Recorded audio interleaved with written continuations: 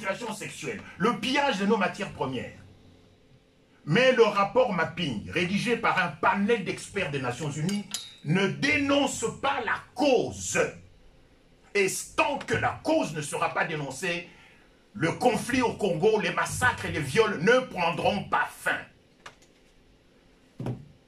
Les gens se contentent de s'émouvoir, les images sont là, devant les femmes mutilées. Parmi les images qui vous ont été projetées, il y en a une qui est particulièrement atroce, qui vient du Kivu, qui date du mois dernier. Une femme a été assassinée, sa fille aînée a été tuée, mais on a laissé vivant le garçon, un petit garçon, qu'on a déposé sur le ventre de sa mère morte.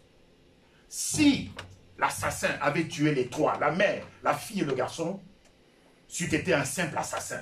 Mais tuer la mère et la fille et laisser le garçon vivant, voilà une preuve de cynisme unique au monde. Même les gens, à l'époque d'Hitler, on n'a pas vu de choses pareilles. Comment a-t-on tué la mère et la fille, mais laissé le garçon vivant devant le cadavre de sa mère, n'est-ce pas, et de sa grande sœur? Donc, nous ne faisons jusqu'à présent, depuis 24 ans, que dénoncer les causes. Mais nous ne faisons que dénoncer les effets. Mais la cause est passée sous silence. L'occupation militaire du Congo ayant entraîné l'assujettissement ethnique des Bantous congolais par les Tutsis. Voilà la cause, monsieur le modérateur. Je répète, l'occupation militaire du Congo ayant entraîné l'assujettissement ethnique des Bantous congolais par les Tutsis. Voilà la cause, la seule, l'origine du carnage qui est, n'est-ce pas, perpétré au Congo. Et je vais le prouver. Preuve à l'appui, pièce contre pièce. Pour y mettre un terme, il suffirait de neutraliser les officiers Tutsis au nombre de 2500 qui se font passer pour des Congolais, qui ont usurpé la nationalité congolaise et qui sont infiltrés dans les forces armées congolaises.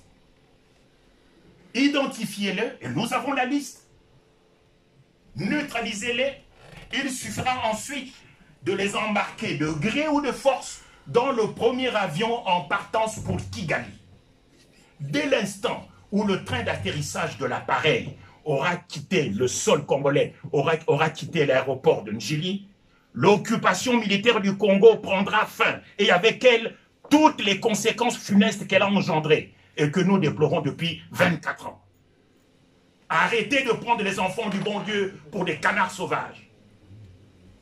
Le coût de l'opération que je viens de décrire, c'est-à-dire l'identification et la neutralisation de 2500 officiers Tutsis au sein des FARDC, leur embarquement à bord de l'avion, ne coûtera pas plus de 250 000 $. Une paille. Et pas une goutte de sang ne sera versée. Tout ça, c'est-à-dire les millions de morts, les atrocités et les horreurs perpétrées par les Tutsis au Congo, que nous déplorons pour la nationalité congolaise. Les gens sont convaincus que tout ceci, c'est parce qu'on a refusé aux Tutsis la nationalité congolaise. Tout à l'heure, l'orateur a parlé de Banyamulenge, j'espère que c'est une boutade. Moi, à 72 ans, je n'ai entendu parler de Banyamulenge qu'en 1972. C'est la Deus ex machina, c'est-à-dire une génération spontanée. Je n'y crois pas, moi, en matière de démographie. Donc, tout ça parce qu'on a refusé aux Tutsis la nationalité congolaise. Et les gens y croient, vraiment. Mais non! Je vais être grossier. Les Tutsis n'ont rien à foutre de la nationalité congolaise. Ils n'en ont rien à branler. Je ne serai pas plus grossier que ça. Mais alors pourquoi réclament-ils la nationalité congolaise? Mais c'est encore un piège. C'est encore un stratagème. C'est ce qu'ils appellent chez eux dans leur jargon le Bwenge. C'est l'astuce qu'ils ont inventée pour, après avoir obtenu la nationalité congolaise, créer le Tutsiland, le foyer national Tutsi, le rêve séculaire des Tutsis. Créer le Tutsiland. Où ça? Dans les 2 provinces du Kivu, là où se déroulent tous les massacres. N'est-ce pas? Donc, la vraie cause de ce qui se passe au Congo, c'est l'occupation militaire par les Tutsis de la République démocratique du Congo. Parce que dans les FARDC, il y a 2500 officiers Tutsis rwandais. Mettez-les à la porte du Congo, ils seront poursuivis plus tard par le tribunal et tout va se terminer du jour au lendemain. Excellences, distingués invités, mesdames et messieurs, chers amis belges, chers frères et chères sœurs congolais et africains, souffrez que je confesse les langues de joie et que j'avoue le sentiment d'honneur que j'éprouve en ce moment, en ce jour et en ce lieu, devant votre présence pleine d'attente, de chaleureuse sympathie et sans doute aussi, je le reconnais, d'une certaine perplexité. La raison en est, je présume, l'intitulé même de mon exposé du jour, à savoir 9 arguments majeurs qui vident la notion et invalident l'expression Tutsi congolais. Je répète, 9 arguments majeurs, pas un de plus ni de moins. 9 arguments majeurs qui vident la notion et invalident l'expression Tutsi congolais.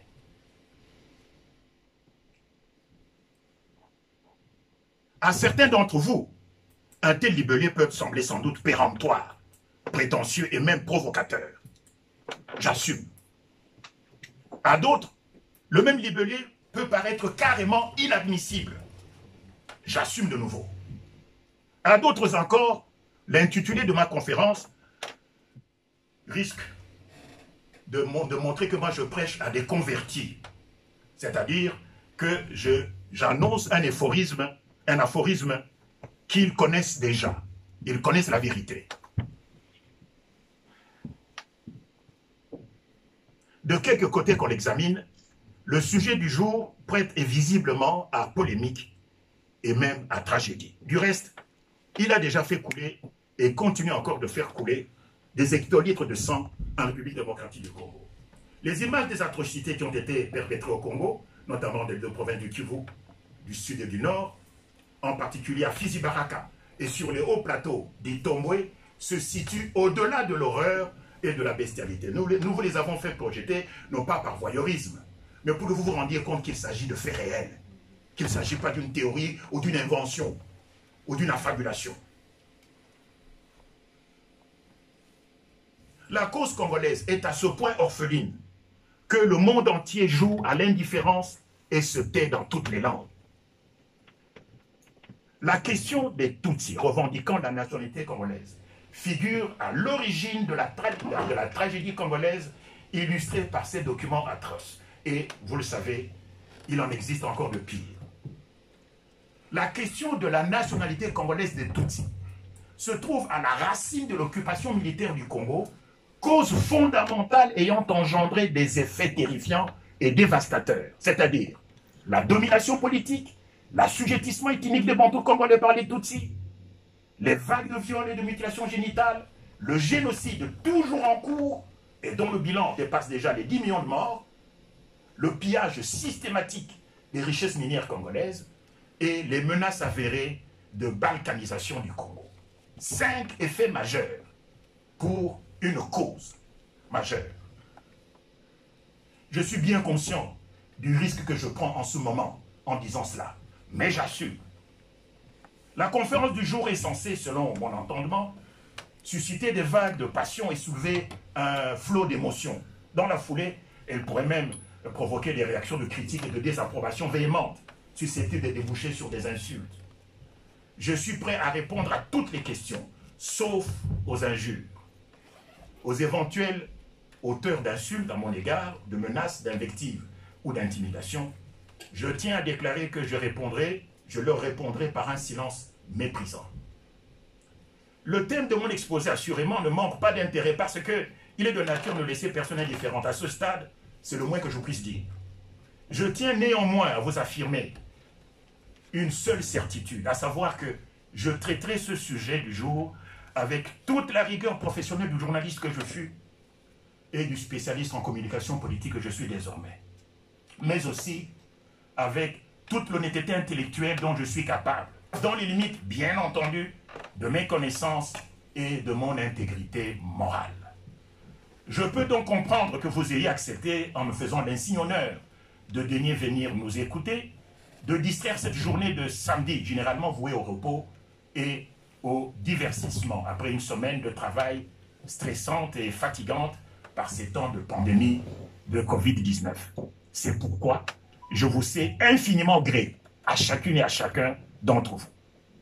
Ma gratitude toute particulière va également à Blaise et à Luc, ainsi qu'à toute son équipe de bénévoles dévoués qui l'entourent et qui ont rendu possible la rencontre de ce samedi 26 septembre 2020 à Bruxelles, ainsi que, n'est-ce pas, aux gestionnaires de ce lieu.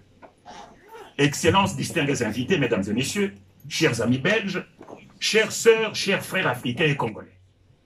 De toute évidence, et même si le commun des mortels, notamment au Congo, en Belgique et en France, victime d'un matraquage médiatique ininterrompu et d'un conditionnement mental criminel, ne s'en rend pas toujours compte, la locution Tutsi congolais procède notamment d'une aberration historique et d'une hérésie linguistique. C'est aussi une insulte, non seulement au bon sens et à la raison, mais également un outrage à notre intelligence, à nous les Bantous congolais, ainsi qu'une offense aux lois régissant la République démocratique du Congo. Voici pourquoi, voici comment. Premier argument, la chronologie historique.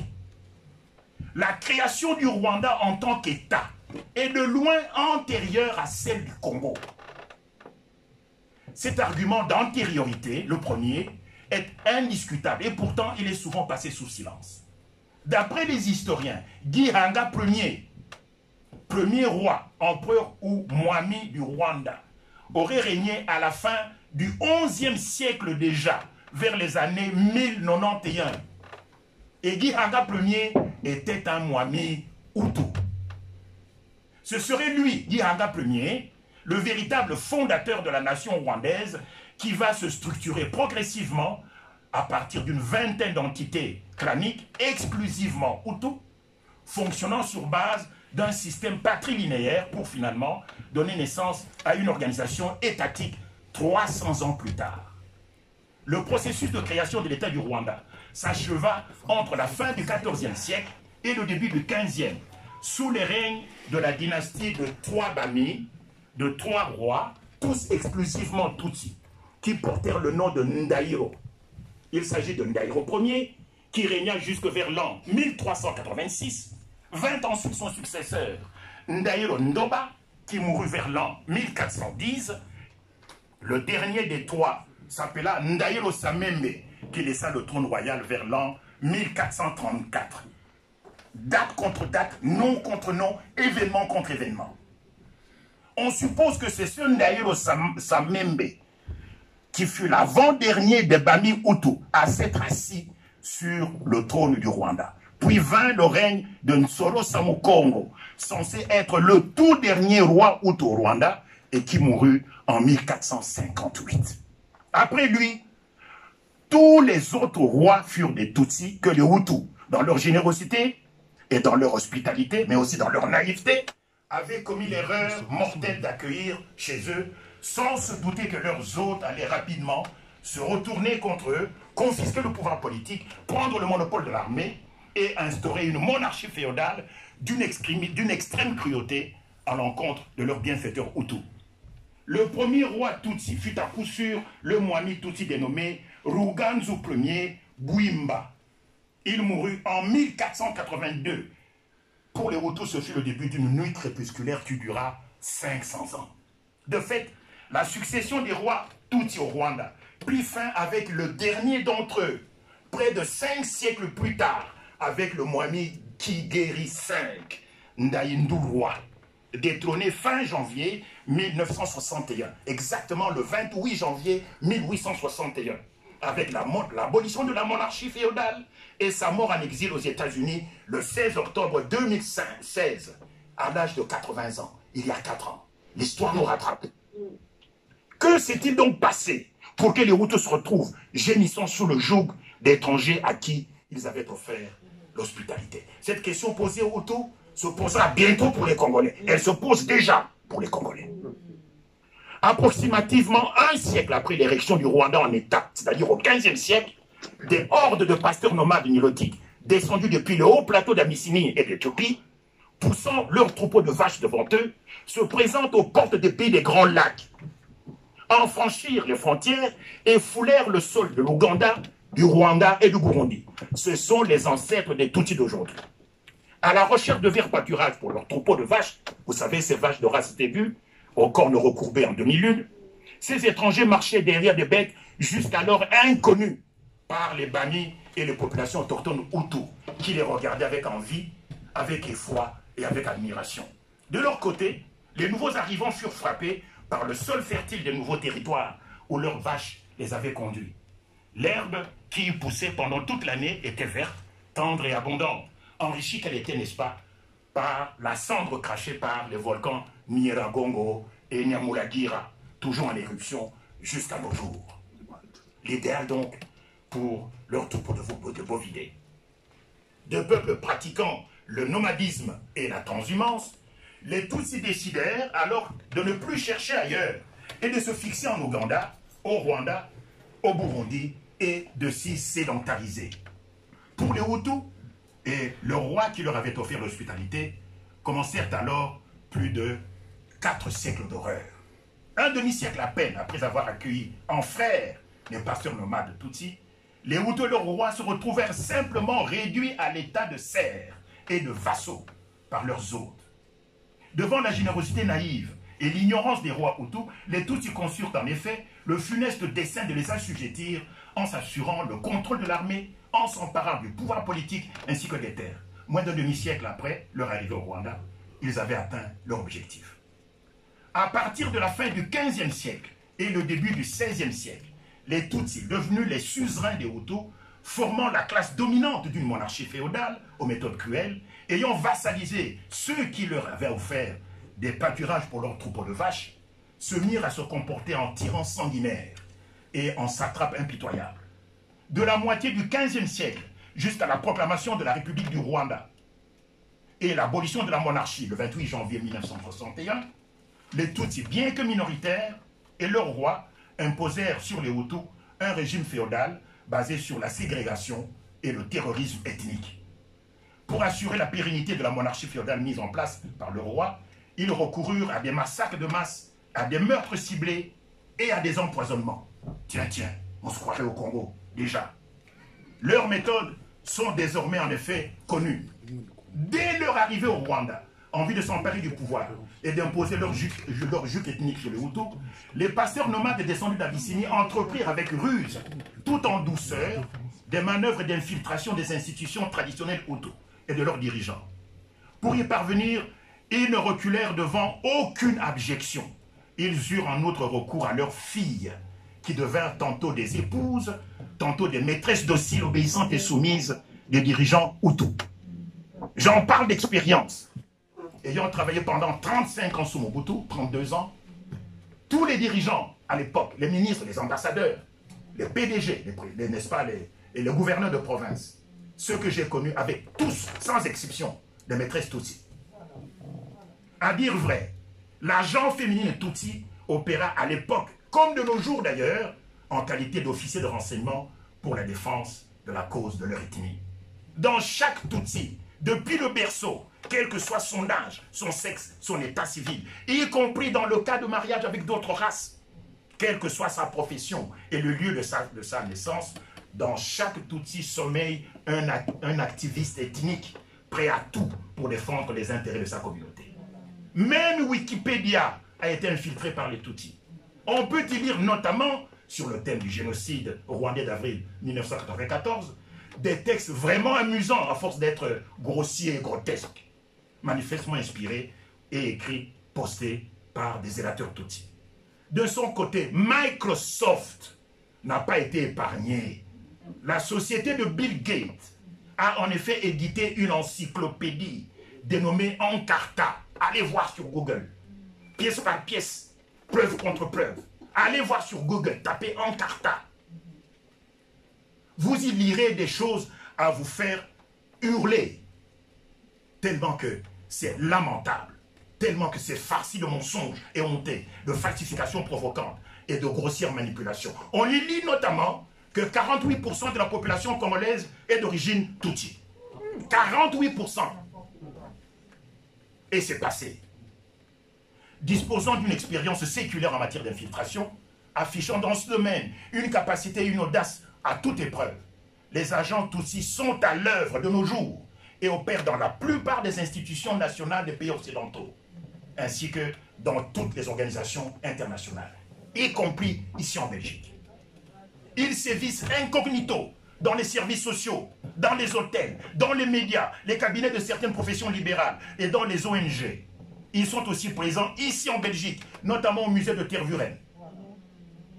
Nous sommes partis. Blaise est parti à Tervuren. Malheureusement, il n'a pas pu afficher la carte. Alors, c'est l'une des preuves majeures.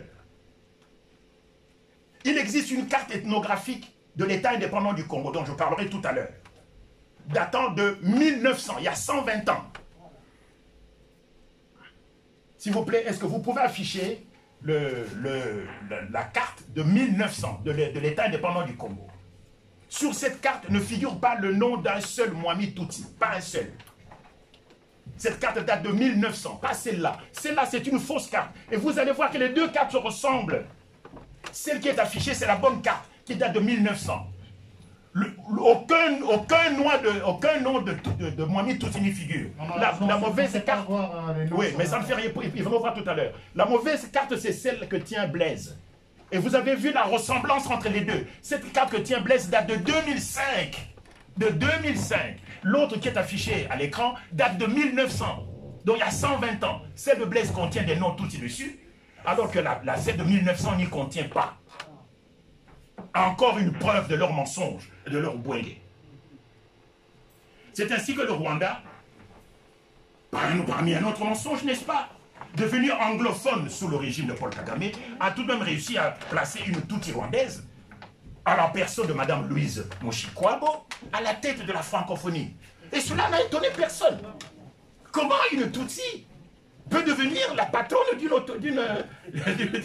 d'une organisation francophone? Mais l'exploit le plus incroyable enregistré par les Tutsis est celui d'avoir réussi à tromper l'État d'Israël et les Juifs. Nous ne dormons pas, nous cherchons. C'est l'exploit le plus incroyable réussi par les Tutsis. Ils ont trompé même l'État d'Israël, même les Juifs. Depuis octobre 1999, 1999 pour la Belgique, les Tutsis se nomment en effet Communauté hébraïque Tutsi. Allez vérifier. Après s'être fait passer pour les descendants de la reine de Saba, les Tutsis, depuis 21 ans, sont adoptés par les Juifs du monde entier, auxquels ils sont liés par une alliance appelée Pacte de Avila. Ce pacte de Avila a été signé ici à Bruxelles, dans un des hôtels Mercure, en octobre 1999. Et le pacte de Avila contient notamment 7 centres ou instituts de recherche dans diverses disciplines humaines et scientifiques. Il s'agit en vérité d'une vaste imposture et d'une escroquerie monumentale. Les Tutsis ont ainsi réussi. Nous avons déjà 26 minutes juste pour vous, puisqu'il y a encore 8. Je suis absolument désolé, je n'ai encore développé qu'un seul argument, il y en a 9. Non. Je vous donne 10 minutes. Non, dans ces conditions, je ne peux pas continuer. Parce que j'ai passé 2 semaines. J'ai passé 2 semaines à faire ce travail et on me donne 20 minutes. Je suis parti de 1091. Attendez. Je suis parti de 1091 et je vais terminer en 1997. On y va alors, on y va. Et donc, comment voulez-vous que je puisse résumer 800 ans en 25 minutes? Monsieur, je suis un communicant. C'est impossible. Bien. On devra vous faire un moment, sinon les autres orateurs n'ont plus que 10 minutes à parler. Mais comment? On y va. Merci. À dire vrai, les Tutsis sont exactement le contraire de ce qu'ils prétendent être vis-à-vis de nos amis juifs et israéliens. En effet, leurs ancêtres prirent part à la fin du 1er siècle après Jésus-Christ, exactement en l'an 70, au siège et au pillage de Jérusalem, ainsi qu'à la destruction du 2e temple de Salomon dans la ville sainte. Les Tutsis avaient été enrôlés dans les légions romaines sous le commandement du général romain Titus Flavius. C'est lui l'auteur du siège et du saccage de Jérusalem. Au passage, ils ont profané le Saint des Saints du Temple. Avant de devenir empereur et de connaître un règne très bref à Rome, de l'an 79 à l'an 81 après Jésus-Christ, Titus Flavianus, futur bourreau des Juifs, s'était d'abord rendu en Abyssinie, en Afrique, pour y procéder au recrutement de mercenaires noirs. Après une période d'entraînement, ces supplétifs africains allèrent ensuite rejoindre et gonfler les légions romaines sous son commandement. À ce titre, les mercenaires abyssiniens, dont descendent les Tutsis d'aujourd'hui, participèrent activement, forcément, à la mise à sac de Jérusalem en l'an 70 après Jésus-Christ, ainsi qu'au pillage du second temple de Salomon et à la profanation du Saint des Saints. Mais, grâce aux prodiges de leur stratégie de mensonge, ils appellent ça désormais, n'est-ce pas, Ubwenge, ils se font passer pour des descendants de la reine de Saba et s'appellent désormais communauté hébraïque Tutsi. Quels sont les éléments de preuve attestant de la parenté de sang et de la filiation historique entre d'un côté les Tutsis d'aujourd'hui et de l'autre les mercenaires noirs recrutés en Abyssinie, enrôlés dans l'armée romaine par Titus Flavianus, envoyés ensuite à Jérusalem réduire à l'état de ruine la ville sainte? Il existe à ce sujet des artefacts et des preuves matérielles. La démonstration de l'existence de ces liens a été administrée à travers les stupéfiants résultats de patientes recherches menées par le pasteur congolais Thomas Vanda, qui réside actuellement à Toronto, au Canada. J'ai son numéro de fax, n'est-ce pas? Le document qu'il m'a remis, je l'ai remis à un ami qui n'a qu'à oublier de l'amener ici. Mais j'ai le numéro de WhatsApp, vous pourrez l'appeler si vous voulez. Maintenant, il est 14h, donc moins 6, donc il doit être à peu près 8h du côté de... Merci d'avoir rappelé l'heure, M. Kobe. Oui, mais je n'ai pas terminé. Je n'ai fait... Écoutez, est-ce que je continue ou je m'arrête? Continuez. Non, vous avez encore un quart d'heure à tout casser. Je ne peux pas, dans ces conditions, je m'arrête. C'est-à-dire, je n'ai développé qu'un seul argument. Mention. Mais c'est que état universitaire, vous devez résumer votre discours. Je m'excuse. On propose ceci, M. Kobe. On va laisser les autres orateurs parler, comme ça on vous laisse le soin de finir les 8 heures. Non, attendez. Nous sommes venus ici pour parler, pour connaître la vérité. Ok? J'ai des éléments de preuve, parce que la question de la nationalité de tous ces Congolais se trouve à la base de la tragédie. Non, mais ici, il y a un temps, il y a une portion de temps ici. Mais écoutez, il est impossible de résumer. Il est impossible de résumer 800 ans en 25 minutes. Non, mais la salle est louée pour un certain nombre de temps. C'est ça le problème. Alors dans ces conditions, je m'arrête ici. Non, résumez-vous seulement. Prenez l'argument sur la nationalité et on va passer aux autres orateurs. Pas ici, ici c'est 3 heures et ça suffit. Bien. Allez-y à la conclusion, s'il vous plaît. On vous laisse. Allez-y, M. Kobe. Comment ça dit sur la conclusion? Résumez-vous seulement, c'est ça le problème. Parce qu'ici on a 3 heures par exemple. Non, ça va, laissez. On y va.